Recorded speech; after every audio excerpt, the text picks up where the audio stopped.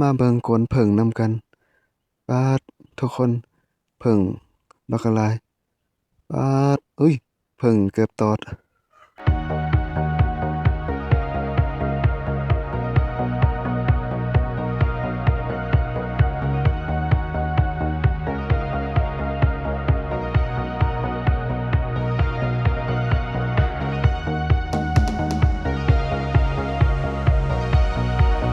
สบายดีและสวัสดีเด้อทุกคนที่ให้เกียรติติดตามรับชมยินดีต้อนรับเข้าสู่ช่องเบาสอง Channel คือเก่าเช่นเคยเนาะคลิปนี้ก็เบาสองจะพาทุกคนมามาเบิ่งบ้านสวนแล้วก็จะพาเบิ่ง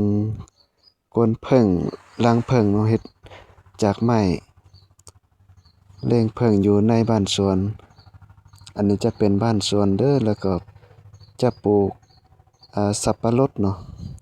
หรือว่ามักนัดนั่นเองเนาะที่ภาษาพื้นบ้านของเบาสองเขาเว้าเขาเอิ้นกันเนาะแล้วก็ก่อนเข้าชมก็ฝากกดไลค์กดแชร์กดติดตามกดกระดิ่งเพื่อเป็นกำลังใจให้เบาสอง Channel หน่อยเด้อโดนๆเนาะได้มาพบมาพ้อเบาสองก็บ่ได้อัปคลิปลงก็โดนแล้วเด้อเนาะอันนี้ก็จะเป็นต้นมักขนุนต้นมักมี่เนาะเป็นพันธุ์ไทยเพื่อที่จะมาปลูกแทรกซ้อนหรือว่าปลูกนำสับปะรดนั่นเองนี่จะเป็นกวนเผิ่งเด้อเฮ็ดจากไม้แต่ว่าเผิ่งเข้าหลายเด้ทุกคน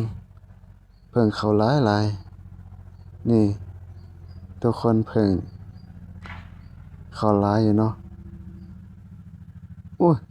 เผิ่งเกือบตอดเกือบกัดเลยเลี้ยงเผิ่งพร้อมเนาะทุกคนอยู่บ้านสวนนี่ก็มีหลากหลายนานาชนิดจะเป็นกวนเผิ่งเลี้ยงเผิ่งอยู่ในบ้านสวนก็จะประมาณนี้เด้อทุกคนบรรยากาศอยู่บ้านสวนคลิปนี้ก็บ่มีหยังหลายเนาะเอาคลิปสั้นมาให้ทุกคนได้เบิ่งได้ชมกันเนาะทุกคนเนาะถ้ามักคลิปนี้ก็ฝากกดไลค์กดแชร์เป็นกำลังใจให้เบาสอง Channel ด้วยเด้อสบายดี